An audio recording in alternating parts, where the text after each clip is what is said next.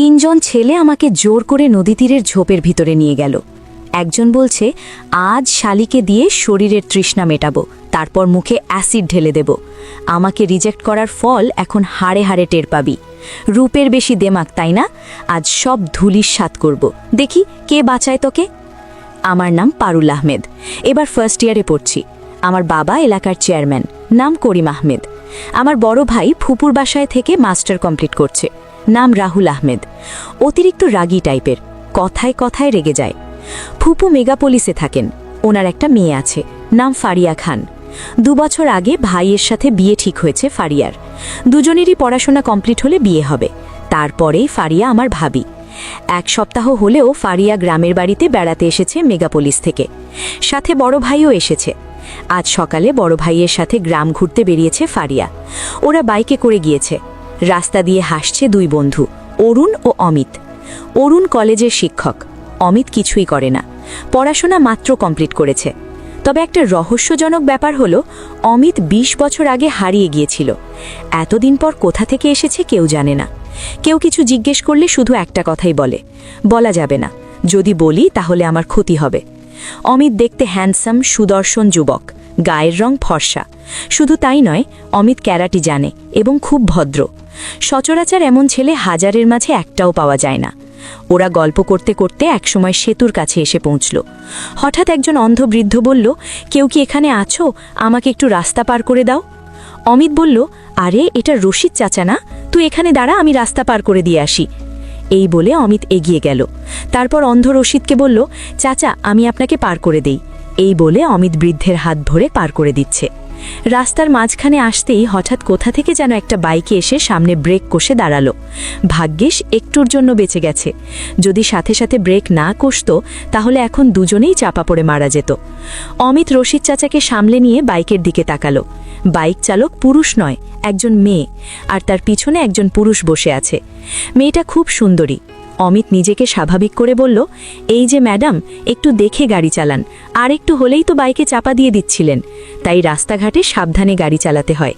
মেয়েটি অবাক হয়ে তাকিয়ে আছে অমিতের দিকে, কোনো কথা বলছে না। তার পরিবর্তে পিছনের ছেলেটা নেমে এসে বলল, তুই কে রে, জ্ঞান দিতে এসেছিস? আর কে বলেছিল বাইকের সামনে এসে মরতে? দোষ আমাদের না, আমরা ঠিকভাবেই গাড়ি চালাচ্ছিলাম, বরং তোরাই সামনে এসে পড়েছিস। যত সব, কোথা থেকে যে উঠে আসে কে জানে। আর তুই জানিস আমি কে? এভাবে দুজনের মাঝে অনেক কথা কাটাকাটি হলো। এক পর্যায়ে গিয়ে ছেলেটা কোমর থেকে পিস্তল বের করে।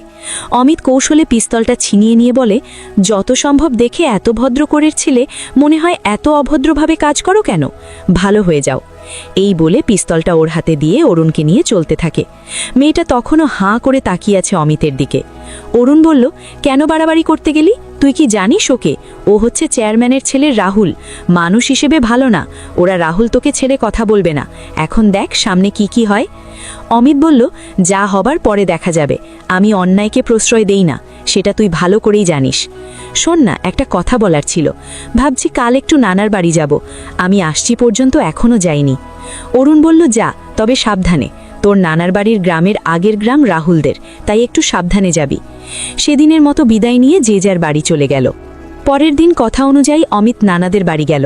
যাবার সময় রাহুল দেখেছিল অমিতকে, কিন্তু কিছু বলেনি। অপেক্ষায় আছে আসার সময় শায়েস্তা করবে বলে। যেমন ভাবা তেমন কাজ। 5 দিন থেকে অমিত বাড়িতে ফেরার সময় রাহুল তার বন্ধু বান্ধব নিয়ে অপেক্ষায় ছিল। দুপুরের দিকে অমিত ওদের গ্রামের ওপর দিয়ে যাচ্ছিল। হঠাৎ এমন সময় 4-5টা ছেলে অমিতকে ঘিরে ধরল। অমিতও কম যায় না, ছেলেগুলোকে আচ্ছা করে পিটাই করল। হঠাৎ রাহুল পিস্তল বার করে, সেটাও কৌশল করে ছিনিয়ে নেয়। তারপর রাহুলের হাত লক্ষ্য করে একটা গুলি করে। ওদের মারামারির সময় রাস্তা দিয়ে যাওয়া সব লোক দাঁড়িয়ে দেখছে। তাদের মাঝে কখন যে চেয়ারম্যান করিম আহমেদ এসে দাঁড়িয়েছে সেটা কেউ লক্ষ্য করেনি। সাথে ফারিয়াও ছিল। সবাই অবাক হলো অমিতের ফাইটিং দেখে। একাই 5 জন ছেলেকে শায়েস্তা করল। চেয়ারম্যান শুধু দেখে গেল, কিন্তু এগিয়ে গিয়ে ছেলেকে ধরল না। অমিত পিস্তল রাহুলের হাতে দিয়ে বলল, আমি ইচ্ছে করলে পুলিশ ডেকে তোমাকে হাজতে পাঠাতে পারি, কিন্তু আমি সেটা করব না, তাই বলছি ভালো হয়ে যাও। এই বলে চলে গেল। অমিত চলে যাওয়ার পর চেয়ারম্যান সাহেব এগিয়ে এসে ছেলেকে খুব বকা দেয়। তারপর হাসপাতালে নিয়ে যায়। 5 বন্ধুকে ভর্তি করানো হয় হাসপাতালে। বাড়িতে ফিরে অমিত মায়ের প্রশ্নের মুখোমুখি হতে হলো। সারা শরীরে মাটি লেগে আছে দেখে রীনা দেবী ছেলেকে বলল, কিরে তোর শরীরে এত মাটি কেন? অমিত মিথ্যে বলা একদম পছন্দ করে না, তাই মাকে সত্যিটাই বলতে হলো। সব শুনে রীনা দেবী খুব চিন্তায় পড়ে গেলেন, কারণ তিনি জানেন চেয়ারম্যান লোক ভালো না। ছেলেকে সাবধানে থাকিস বলে ফ্রেশ হয়ে আসতে বলল। অমিত নিজের রুমে গিয়ে পকেটে হাত দিয়ে দেখে মোবাইল নেই। মনে মনে ভাবছে হয়তো মারামারি করার সময় ওখানেই পড়ে গেছে। অমিতের আন্দাজটাই ঠিক। মারামারি করার সময় ফোনটা যখন পড়ে যায় সেদিকে কারো লক্ষ্য না থাকলেও ফারিয়ার ছিল, তাই সে সবার চোখের আড়ালে গিয়ে ফোনটা উঠিয়ে নেয়। এদিকে অমিত ফ্রেশ হয়ে খাবার শেষ করে অরুণদের বাড়ি গেল। দেখে অরুণ বারান্দায় বসে আছে। অমিতকে আসতে দেখে অরুণ এগিয়ে এসে হাত বাড়িয়ে বলল, কেমন আছিস, কখন এলি? অমিত অরুণের হাত ধরে বলল, ভালো, একটু আগে এসেছি। তা তুই কেমন আছিস? অরুণ বলল, ভালো।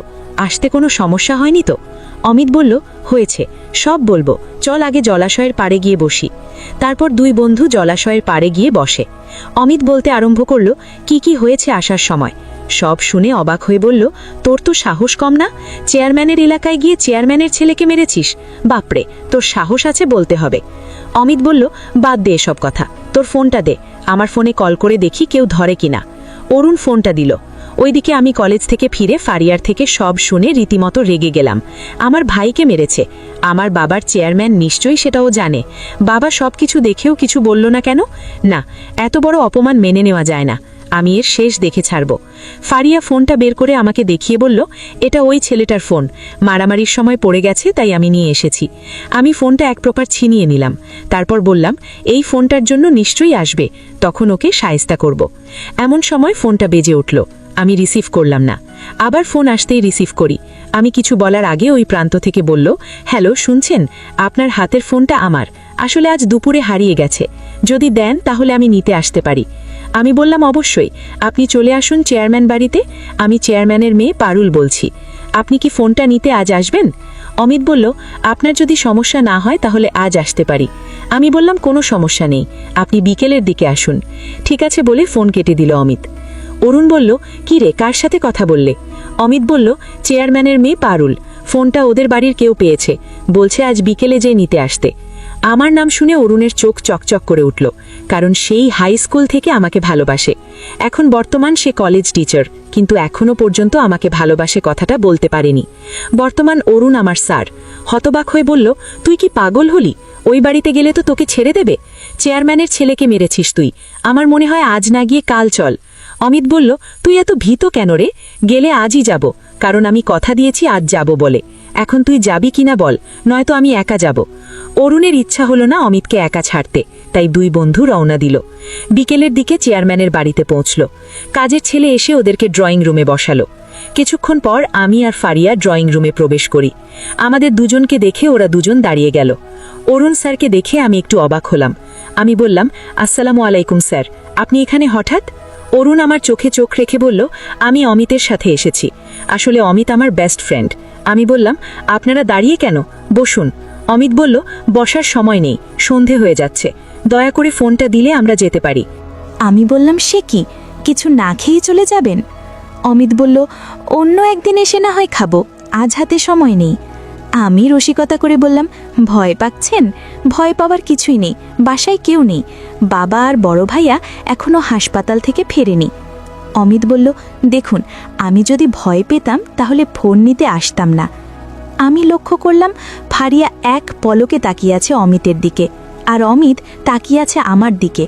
তার সাথে পাল্লা দিয়ে অরুণ স্যারও তাকিয়ে আছে আমার দিকে। তারপর কিছুক্ষণ কথা বলার পর ফোন নিয়ে চলে গেল। রাস্তায় এখন দুই বন্ধু হাসছে। অরুণ প্রথম বলল, তুই একটা জিনিস লক্ষ্য করেছিস? অমিত বলল, হ্যাঁ, লক্ষ্য করেছি। ফারিয়া আমার দিকে অপলক দৃষ্টিতে তাকিয়েছিল, কিন্তু কোনো লাভ নেই। অরুণ বলল, কেন, ওকে কি তোর পছন্দ হয়নি? অমিত বলল, পছন্দ না হওয়ার কিছুই নেই, ওকে আমার প্রথম দেখাতেই পছন্দ হয়েছিল, কিন্তু সমস্যা একটা, রাহুলের সাথে ওর বিয়ে ঠিক হয়ে আছে। তাহলে বল, কিভাবে ওকে ভালোবাসি? অরুণ একটু গম্ভীর হয়ে বলল, আচ্ছা, তুই ওইভাবে পারুলের দিকে তাকিয়েছিলি কেন? অমিত বলল, পারুল মেয়েটা খুবই সুন্দরী, ওর সৌন্দর্যের তুলনা হয় না। ফারিয়ার যখন বিয়ে ঠিক হয়ে গেছে, তাই দেখছিলাম পারুলকে ঘায়েল করতে পারি কিনা। অমিতের মুখে একথা শুনে অরুণ চুপসে গেল। সেকেন্ডের মধ্যে মুখটা কালো হয়ে গেল। অমিত বলল, কি রে, মুখ কালো করে আছিস কেন? অরুণ বলল, কিছু না। অমিত বলল, দেখ, তুই আর কারো চোখে ধুলো দিলেও আমাকে পারবি না। আমি দেখেছি তুই পারুলের দিকে রোমান্টিক দৃষ্টিতে তাকিয়েছিলি। আমার মনে হয় তুই পারুলকে ভালোবাসিস। অরুণ বলল, তুই কি করে বুঝলি? অমিত বলল, বুঝি সব বুঝি, ডুবে ডুবে পানি খাচ্ছিস। এখন এটা বল, আমাকে পারুল কি জানে তুই ওকে ভালোবাসিস? অরুণ একটা দীর্ঘশ্বাস ফেলে বলল, হাই স্কুল থেকে ওকে ভালোবেসে এসেছি, কিন্তু বলতে পারিনি, ভয় হয়। ও একটু অন্য রকম, প্রেম ভালোবাসা এগুলো বিশ্বাস করে না, তাই বলতেও ভয় হয়। অমিত বলল, মনের মাঝে ভালোবাসা রেখে দিলে সেটা কখনোই বাস্তবে রূপান্তরিত হবে না, ভালোবাসা মুখ ফুটে বলা যায়। এদিকে আমি ফারিয়াকে বললাম, একটা কথা বলতো, আমি দেখলাম তুই এক দৃষ্টিতে অমিতের দিকে তাকিয়েছিলি, ব্যাপারটা কি বলতো? ফারিয়া বলল, কই কিছু না তো, আরে এমনি তাকিয়েছিলাম। তবে একটা জিনিস লক্ষ্য করলাম, তোর টিচার সে তো তোকে রোম্যান্টিক দৃষ্টিতে দেখছিল, মনে হয় তোকে অনেক ভালোবাসে। আমি বললাম, জানি, তবে আমি বিশ্বাস করি না, এসব প্রেম ভালোবাসা আমার বিশ্বাস হয় না, তাই এগুলো থেকে দূরে থাকতে চাই। এভাবে দিন যেতে থাকে। একদিন আমি কলেজ থেকে বাড়ি ফিরছিলাম। কলেজ থেকে একটু দূরে অনেকটা জায়গা জুড়ে নদীর তীরের ঝোপ, আমাকে ওই দিক দিয়ে যেতে হয়। জায়গাটা একটু নির্জন। সেদিন 3 জন বখাটে ছেলে বাইক নিয়ে দাঁড়িয়ে আছে। আমাকে দেখে আগলে দাঁড়িয়ে বলল, হ্যালো সুন্দরী, কলেজ থেকে ঘরে ফেরা হচ্ছে বুঝি? তা তুমি কার মেয়ে গো? তোমার নাম কি? যদি একটু বলো তাহলে পরাণটা জুড়ায়। আমি বললাম, আমি চেয়ারম্যানের মেয়ে। এই বলে আমি পাশ কাটিয়ে চলে গেলাম। 3 জনের মধ্যে একজন এমএলএর ছেলে, নাম ফারুক। সে বলল, মালটা কি খুব পছন্দ হইছে রে, এরে আমার বউ বানাইতে চাই। এই বলে বাড়ি ফিরে বাবাকে বলল, আমি চেয়ারম্যানের মেয়েকে বিয়ে করতে চাই, ওকে আমার খুব পছন্দ হয়েছে। সালমান ছেলেকে খুব ভালোবাসেন, কোনো আবদার কখনো অপূরণ রাখেনি। ছেলে বিয়ে করবে এটা তো খুব ভালো কথা, তাই ঘটককে ডেকে বললেন, ছেলের বিয়ের প্রস্তাব নিয়ে চেয়ারম্যানের বাড়ি যাও, ওনার মেয়েকে আমার ছেলের খুব পছন্দ হয়েছে। ঘটক আর দেরি করল না, সেদিন সন্ধ্যায় বাবার কাছে এলেন আমার বিয়ের প্রস্তাব নিয়ে। ঘটকের মুখে এমএলএর ছেলের কথা শুনে বাবা মনে মনে ভাবতে লাগলো, কারণ ফারুক ছেলে হিসেবে ভালো না, খুব বাজে একটা ছেলে, দেখতে কালো, চেহারাটাও এত সুন্দর না, দেখলেই বুঝি আসে। বাবা বলল, দেখুন, মেয়ে এখন বড় হয়েছে, তার মতামতের প্রয়োজন আছে, আপনি না হয় কাল আসুন, তারপরে জানাচ্ছি। বাবার কথা শুনে ঘটক চলে গেল।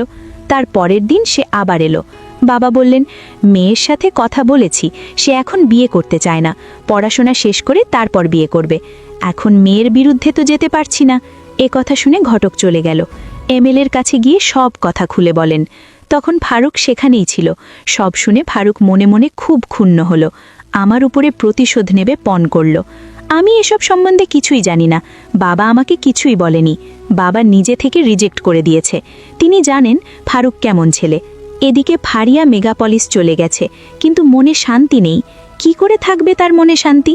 তার মন তো অমিতের কাছে রেখে গেছে। ভাইয়া কিছুটা আন্দাজ করতে পারল ব্যাপারটা, তাই ফারিয়ার সাথে তার কথা কাটাকাটি হয় অমিতকে নিয়ে। তারপর রাগ করে ওদের বাসা থেকে বন্ধুর বাসায় গিয়ে ওঠে। 2-4 দিন চেষ্টা করলো অমিতকে ভুলে থাকার জন্য, কিন্তু পারছে না। একদিন রাত 10টার পর অমিতকে ফোন দিল। অমিত তখন নিজের রুমেই ছিল, একটা হিস্ট্রি লিখছিল। হঠাৎ ফোনের রিং হতেই দেখে অজানা নাম্বার, তাই রিসিভ করেনি। কয়েকবার রিং হওয়ার পর অমিত ফোন রিসিভ করলো। ফোনটা রিসিভ হতেই ফারিয়া বলল, হ্যালো, কেমন আছেন? অমিত বলল, ভালো, এতদিন পর বুঝি মনে পড়ল? ফারিয়া বলল, আপনি আমাকে চিনতে পেরেছেন? অমিত বলল, তোমার কণ্ঠস্বর কি করে ভুলি, দেরি করে হলেও যে তুমি আমাকে ফোন করেছো সেজন্য তোমাকে অসংখ্য ধন্যবাদ। আমি জানতাম তুমি ফোন করবে, আমার নাম্বারটা কোথায় পেলে? ফারিয়া বলল, যখন আপনার ফোনটা আমার কাছে ছিল তখন গোপনে নিয়েছি, আপনার সাথে কথা বলে অনেকটা শান্তি পাচ্ছি। অমিত বলল, তুমি কিন্তু ভুল করছো, অলরেডি তোমার বিয়ে ঠিক হয়ে গেছে, শুধু শুধু আগুন নিয়ে খেলা করো না। ফারিয়া আমার কথা শুনে কান্না জড়িত গলায় বলল, ভালোবাসা কি অন্যায়?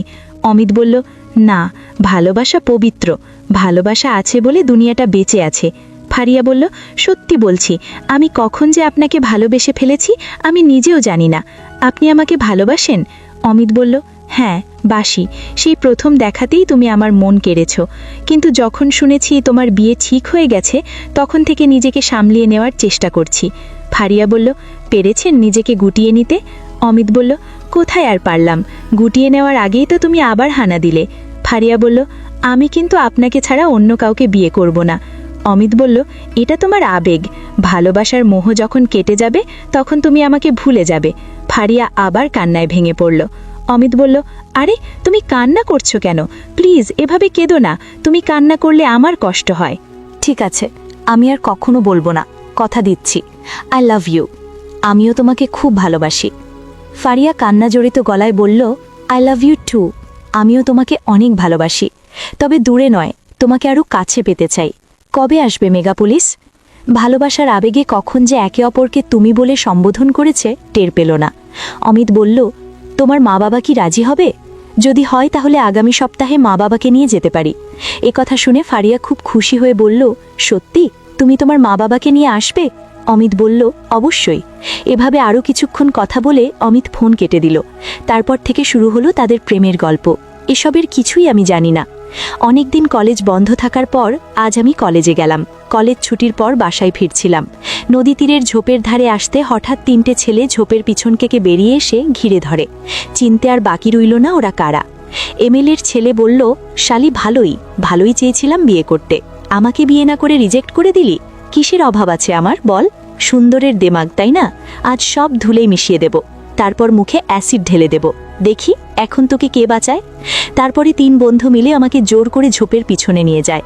জনমানবহীন রাস্তা, কোথাও কেউ নেই আমাকে সাহায্য করার মতো। তারপরেও আমি বাঁচাও বাঁচাও বলে চিৎকার করে যাচ্ছি। ওরা 3 জন আমার উপরে ঝাঁপিয়ে পড়ল, আর আমি নিজেকে বাঁচানোর জন্য প্রাণপণ যুদ্ধ করে যাচ্ছি। অমিতের ভাগ্য ভালো, তাই সেদিন জয়েন লেটার নিয়ে বাড়ি ফিরছিল ওই রাস্তা দিয়ে। হঠাৎ মেয়েলি কণ্ঠে চিৎকার শুনে থমকে দাঁড়ালো। আন্দাজ করার চেষ্টা করল কোথা থেকে আওয়াজটা আসছে। কয়েক সেকেন্ডের মধ্যে অনুমান করে ছুটে গেল। গিয়ে দেখে 3টে ছেলে একটা মেয়ের সাথে ধস্তাধস্তি করছে। দেরি না করে ছেলেগুলোর কলার ধরে পিছনে টেনে জোরে কিক মারা শুরু করে। তাতে করে ছেলেগুলো এদিক সেদিক ছিটকে পড়তে থাকে। এরপর আমার দিকে তাকিয়ে অন্যদিকে মুখ করে নিল। ততক্ষণে ছেলেগুলো আমার কামিজের জায়গায় জায়গায় ছিঁড়ে ফেলেছে। আমার এই রকম অবস্থা দেখে অন্যদিকে মুখ ফিরিয়ে গায়ের পাঞ্জাবিটা খুলে দিয়ে পড়তে বলল। আমি আর কিছু চিন্তা না করে তৎক্ষণাৎ পাঞ্জাবিটা পরে নিলাম। তারপর ছেলেগুলোকে আচ্ছা মতো ধোলাই করল। কারো হাত কারো পা ভেঙেছে। এরপর আমাকে উদ্দেশ্য করে বলল, আপনার কোথাও লাগেনি তো? লজ্জায় মাথা নিচু হয়ে আছে, চোখ দিয়ে জল পড়ছে। মুখে কিছু বলার শক্তি পর্যন্ত নেই আমার, তাই মাথা নেড়ে না সম্মতি জানাই। অমিত বলল, চলুন আপনাকে বাড়ি পৌঁছে দেই। কিছুক্ষণের মধ্যে বাড়ি এসেই মাকে জড়িয়ে ধরে কান্নায় ভেঙে পড়লাম। আমার শরীরের অবস্থা দেখে মা অনুমান করতে পারল আমার সাথে কি হয়েছে। তারপর আমি শান্ত হয়ে মাকে সব খুলে বললাম। মা অমিতকে অনেক শুকরিয়া জানালো। আমি বললাম, আজ যদি আপনি সময় মতো না আসতেন, জানি না আজ আমার কি হতো। আপনাকে ধন্যবাদ জানিয়ে ছোট করব না, এই বলে ওর পাঞ্জাবিটা দিলাম। অমিত পাঞ্জাবিটা হাতে নিয়ে বলল, দেখুন আমি মানুষ হিসাবে কর্তব্য পালন করেছি, এর চেয়ে বেশি কিছু না। আল্লাহর কাছে শুকরিয়া আদায় করুন, তিনি সব কিছুর মালিক। তিনি চেয়েছেন দেখে আমি ওখানে গিয়ে পৌঁছেছি। তারপর অমিত বিদায় নিয়ে চলে গেল। মনে মনে ভাবলাম, যাকে শায়েস্তা করব ভেবেছি, আজ তার কারণে আমি পুনর্জন্ম পেলাম। মনে মনে অমিতকে ভালোবাসতে শুরু করলাম, কারণ আমাকে বাঁচানোর সময় আমার শরীরের অনেক অংশ দেখে ফেলেছে। তাই রাতে ফোন করে ফারিয়াকে সব শোনালাম। সব শুনে ফারিয়া অবাক হয়ে গেল। এটাও বললাম আমি অমিতকে ভালোবাসি। জানি না এই কথা শুনে ফারিয়া কেমন চুপসে গেল। বেশিক্ষণ আর কথা বলল না, ফোন কেটে দিল। তারপরের দিন আমি অমিতকে ফোন দিয়ে সবকিছু বলি। সব শুনে অমিত বলল, দেখুন আমার সৌভাগ্য হতো আমি যদি আপনাকে ভালোবাসতে পারতাম। আপনি আমার জীবনে আসার আগে একজন আমাকে দখল করে নিয়েছে। আমরা একে অপরকে খুব ভালোবাসি, তাই আমি আপনার ভালোবাসা গ্রহণ করতে পারছি না, মাফ করবেন আমাকে। আমরা ভালোবাসায় আবদ্ধ হতে না পারলে কি হয়েছে, আমাদের সম্পর্কটা অন্যভাবেও রাখতে পারি, ভাই বোনের সম্পর্কে। একটা কথা বলছি, মাইন্ড করবেন না। আমার বন্ধু অরুণ আপনাকে অনেক ভালোবাসে, কিন্তু ভয় করে বলতে পারছে না। অরুণ ছেলে হিসাবে ভালো, সে আপনাকে অনেক ভালো রাখবে। এই বলে আমাকে কিছু বলতে না দিয়ে ফোন কেটে দিল। 2 দিন পর আমি কলেজে গেলাম। আসার সময় দেখি অরুণ কলেজের বাইরে দাঁড়িয়ে আমার দিকে তাকিয়ে আছে। কাছে গিয়ে বললাম, কি ব্যাপার, এখানে দাঁড়িয়ে আছেন কেন? অরুণ মাথা নিচু করে বলল, না এমনি। আমি বললাম, বাড়ি যাবেন না? অরুণ বলল, হ্যাঁ যাব। আমি বললাম, আমার সাথে চলুন, কথা বলতে বলতে যাওয়া যাবে। আমার মুখে কথা শুনে অরুণ যেন আকাশের চাঁদ হাতে পেল। তারপর আমরা একসাথে বাড়ির দিকে রওনা দিলাম। রাস্তায় যেতে যেতে একে অপরের সাথে কথা বলছি। হঠাৎ আমি প্রশ্ন করলাম, আপনি কি আমাকে ভালোবাসেন? দেখুন, লুকানোর চেষ্টা করবেন না, আমি জানি সেই হাই স্কুল থেকে আপনি আমাকে চোখে চোখে রাখেন, ভালো না বাসলে কেউ এতটা খেয়াল রাখে না। অরুণ আমতা আমতা করে বলল, হ্যাঁ এটা সত্যি, আমি তোমাকে ভালোবাসি, কিন্তু বলতে সাহস পাইনি, কারণ তুমি প্রেম ভালোবাসায় বিশ্বাস করো না। যদি ফিরিয়ে দাও তাই। অরুণের কথা আমি শেষ করতে দিলাম না, ছুটে গিয়ে ওকে জড়িয়ে ধরি, কান্না জড়িত গলায় বলি, কেন এতদিন বলেননি কেন? আরও আগে যদি বলতেন তাহলে প্রেমের সুখটা আগে থেকেই পেতাম। সত্যি নিজেকে খুব ভাগ্যবান মনে করলো আজ, নিজের অজান্তেই আমাকে জড়িয়ে ধরে। সেই থেকে শুরু হলো আমাদের ভালোবাসা। মা বাবার সম্মতিতে বিয়ে হলো। ওইদিকে ফারিয়ার পছন্দের ছেলে অমিতের সাথে বিয়ে হলো ফারিয়ার, কারোর কোনো আপত্তি ছিল না। ভাইয়া পড়াশোনা কমপ্লিট করে বাহিরে চলে গেল। তারপর আমরা সুখে শান্তিতে সংসার করতে থাকি। জীবন চলার পথে অনেক বাধা বিপত্তি আসে, সব পেরিয়ে ভালোবাসা এগিয়ে যায়। এরই নাম ভালোবাসা। আজকের গল্প এখানেই সমাপ্ত। যদি ভালো লাগে তাহলে লাইক, কমেন্ট এবং সাবস্ক্রাইব করবেন। প্লিজ প্লিজ প্লিজ বন্ধুদের সাথে বেশি বেশি করে শেয়ার করবেন, আর লাইক করতে ভুলবেন না যেন। আল্লাহ হাফেজ।